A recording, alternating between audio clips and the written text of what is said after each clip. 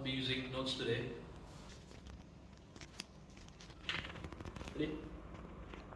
Uh, Education is everything. Of course it is. We teach our future generations to ensure our survival, whether it's to make fire, or math, physics, or things we do every day. But actually, in the middle of that, it's actually math. And math teaches us how to think critically and how to teach us about problem solving. Given that math is that important, how is the US curriculum and how is the math curriculum doing? Is it doing well or should it be more effective? Well, according to the Silver, the US ranked 38 of 71 participating countries.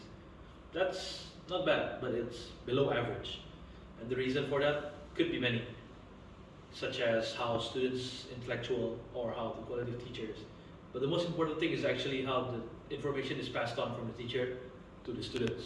That is called curriculum. So how does that actually affect the student chances of being successful or failure in life? Well, math curriculum in the US is similar to every other curriculum in the other countries, where it's actually like a staircase, where it goes from really easy levels and it gets more complex as we pass on grade to grade until we reach high school. But the problem with US curriculum is actually at high school, year 10.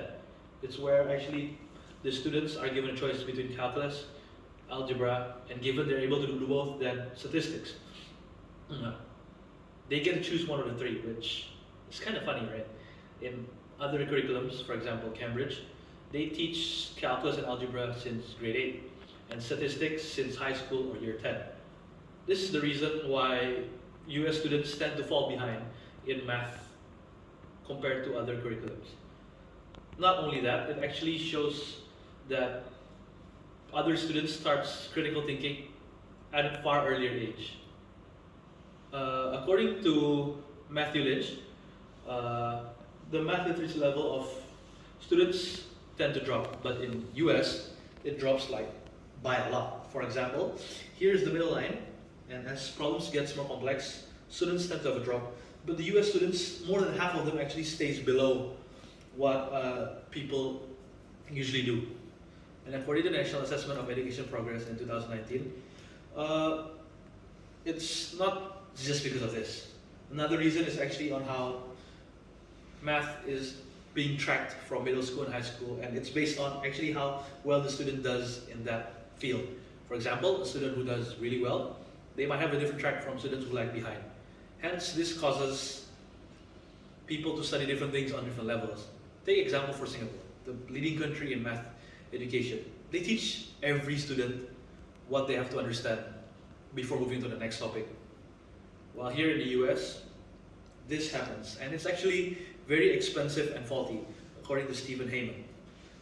It is expensive because the US is actually the second most spent money on education, while it's not actually effective. Its efficiency is actually equal or even less than the country who spent 1/5 of this money. And the last reason why I think US curriculum is not doing so well is actually stated by Eric Haschuk, where he said regarding public schools or most schools, it's actually underfunded, overcrowded, and the teachers doesn't seem to care. Students who are put into these type of schools actually tend to do worse, and they don't have the motivation to study because it's not a good environment. Imagine going to school where there's a lot of people and the teachers doesn't seem to want to teach. And yeah, since to this, it actually has a bigger cost than what we think. It actually causes the country to be more stagnant and will fall into a problem with lots of problems such as riot or robbery, since these students don't actually graduate with a good degree.